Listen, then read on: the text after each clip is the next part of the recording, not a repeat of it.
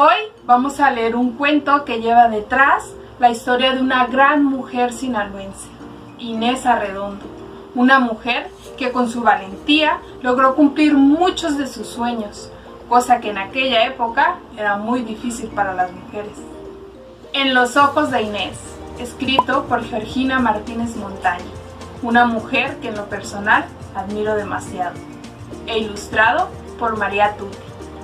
En los ojos de Inés. Eres la reina de los guayabales. Hasta donde tu vista alcance es tu reino, le dijo el abuelo Pancho a Inés. Sentada sobre sus rodillas, la niña le quitó el sombrero para acariciarle el pelo blanco y su rostro, donde no cabía una arruga más. Los días más felices y calurosos los pasó con él en El Dorado, ese pueblo impregnado de olor a caña que despertaba el sonido del agudo silbato del antiguo ingenio azucarero. Al escuchar la resonancia que siempre la hacía evocar un barco zarpando de un puerto, Inés saltaba de la cama y corría a despertar a su abuelo. Él empezaba a hablar y daba comienzo a un viaje lleno de aventuras a través del tiempo. Fueron años de esplendor los que vivió aquel hombre.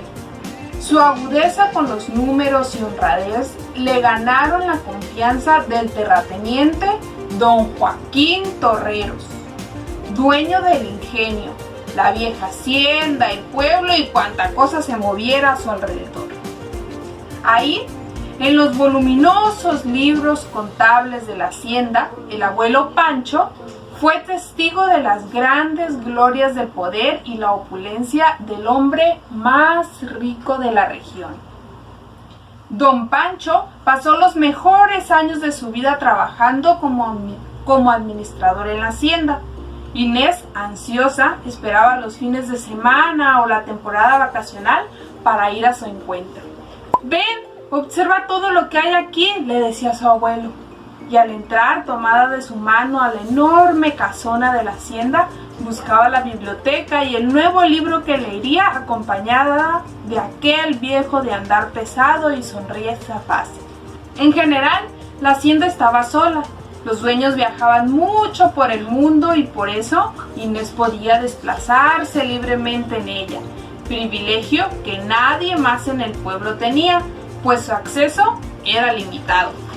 El piso de madera del gran vestíbulo parecía un rompecabezas y producía un leve ruido cuando Inés caminaba sobre él.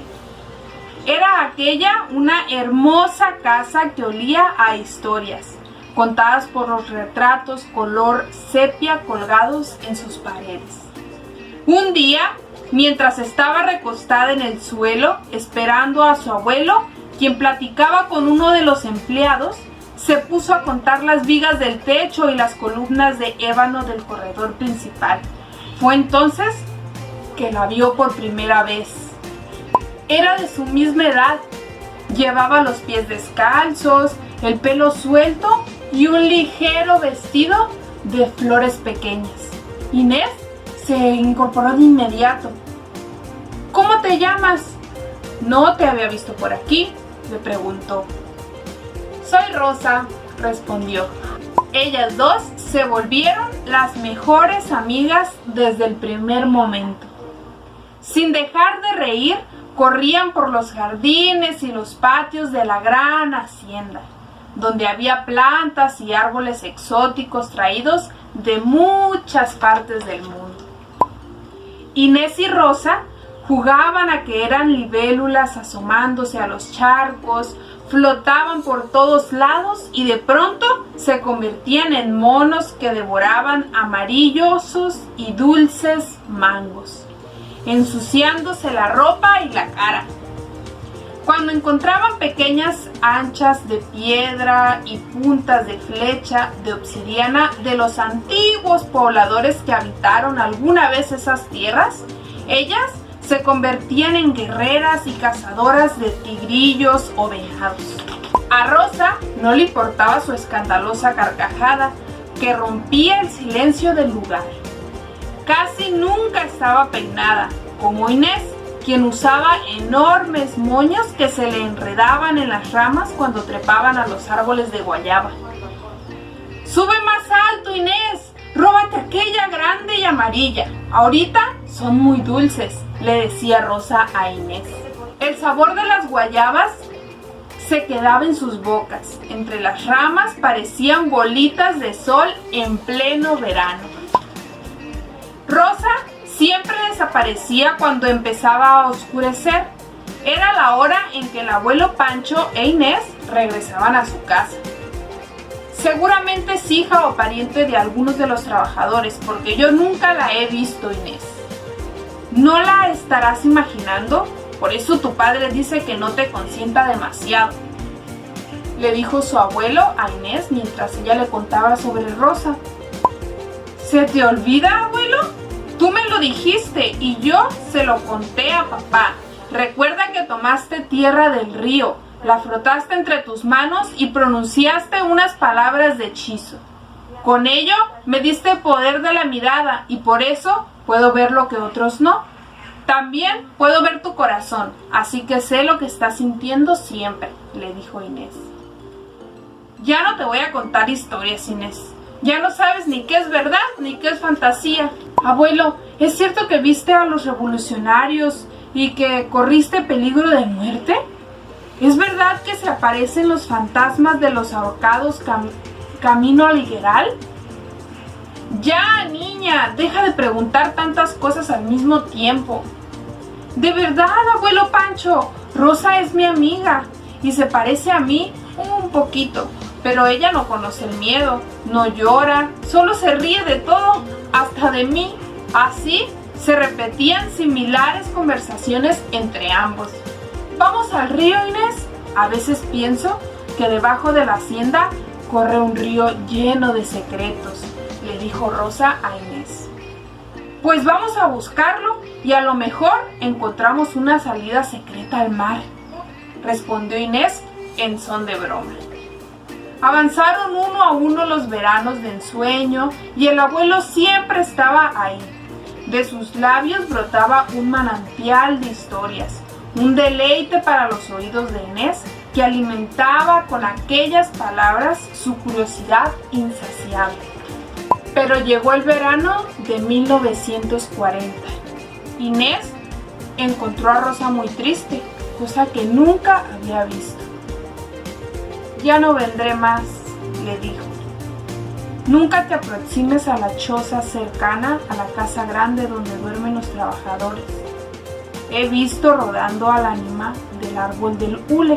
El viento me dijo que viene robándose el alma de las niñas con su brazo de palo y secando las milpas a su paso. No me cuentes esas cosas. Sabes bien que soy más miedosa que tú, Rosa. No se hace así, le dijo Inés, mientras la miraba perderse rumbo a los álamos. De súbito, la bruma se puso sobre la hacienda y su enorme jardín. Los perros ladraron enloquecidos y el ruido de un coche anunció la llegada del señor Torrero. Su presencia causaba temor en la hacienda. Todos se apresuraron a servirle, a obedecerlo. Con su llegada cobraban vida los portales, la cocina, los salones y cada rincón de aquel lugar antes silencioso y sombrío. ¿Ella es tu nieta, Francisco?, le preguntó con voz de trueno el señor Torreros al abuelo de Inés. El abuelo solo asintió con la cabeza. Es bonita la chamaca, dijo, mientras le acariciaba el cabello a Inés. Intimidada, la niña dio un paso hacia atrás. Luego, el hacendado se puso a conversar con el abuelo sobre números y cosas de la hacienda. Pasaron los días y Rosa no aparecía. Inés la buscó por todas partes. Preguntó por ella a mucha gente, pero nadie le dio razón. Por eso, una tarde, cuando oscurecía, venciendo el miedo, cruzó el umbral del portal que daba a la alberca azul, donde cada noche bajaban a nadar las estrellas, y luego se internó en la espesuosa de los árboles y siguió por el corredor de los bambúes que irremediablemente la condujeron a la última choza. Sintió escalofríos, se escuchaban voces pequeñitas, susurros y grillos tercos que parecían advertirle: «Cri, cri, vete de aquí, cri, cri, vete de aquí». El viento se puso denso mientras se acercaba a la choza. Sentía que se le paralizaban las piernas, pero su curiosidad era más poderosa. Escuchó un grito infantil y mucho ruido. «Rosa, ¿qué pasa? ¿Eres tú?», preguntó llena de miedo Inés. De pronto cesaron los ruidos y siguió un largo silencio, roto por un sollozo apenas perceptible. Inés abrió poco a poco la puerta de madera, pero tuvo que retroceder espantada, porque del interior salieron volando sin fin de palomas blancas alborotadas, como si alguien las hubiera asustado. En el rincón creyó ver llorando a una niña parecida a Rosa. La luz de la luna llena entraba por la ventana e iluminaba su mismo vestido de flores pequeñas. Inés se intentó acercar a ella, pero antes de tocarla, la pared literalmente se comió a Rosa. Inés salió horrorizada deprisa de la choza, rumbo al casco de la hacienda. No había avanzado mucho cuando escuchó unos pasos que hacían crujir las ramas secas. Corrió de inmediato y se escondió detrás de un árbol. Inés quiso continuar su camino, pero sintió que algo la detenía. Era el brazo del palo de la ánima del árbol de hule que amenazaba atraparla. El aliento del espíritu resoplaba detrás de las orejas de Inés. ¡Abuelo Pancho! ¡Abuelo Pancho!, empezó a gritar con la fuerza de un huracán. En segundos llegaron corriendo hasta ella el patrón, su abuelo y algunos empleados de la hacienda. ¿Qué haces aquí? ¡Llévatela, Pancho, llévatela! Estas no son horas para jugar. Te he dicho miles de veces que no me gusta que se queden fuera de casa tan tarde, gritó el hacendado. Inés, respirando agitada, se abrazó de su abuelo mientras él con ternura desprendía de sus vestidos las raíces de aquel viejo árbol.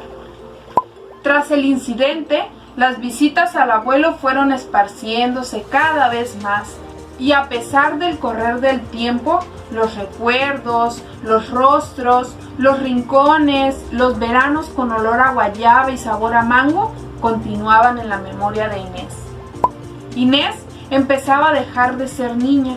Comenzó a escribir, tomaba su pluma y plasmaba en el papel lo que veía e imaginaba sobre aquel sitio abrumador, donde habitaban fantasmas y árboles que con sus raíces iban y venían al fondo de la tierra, atrapando almas sin descanso.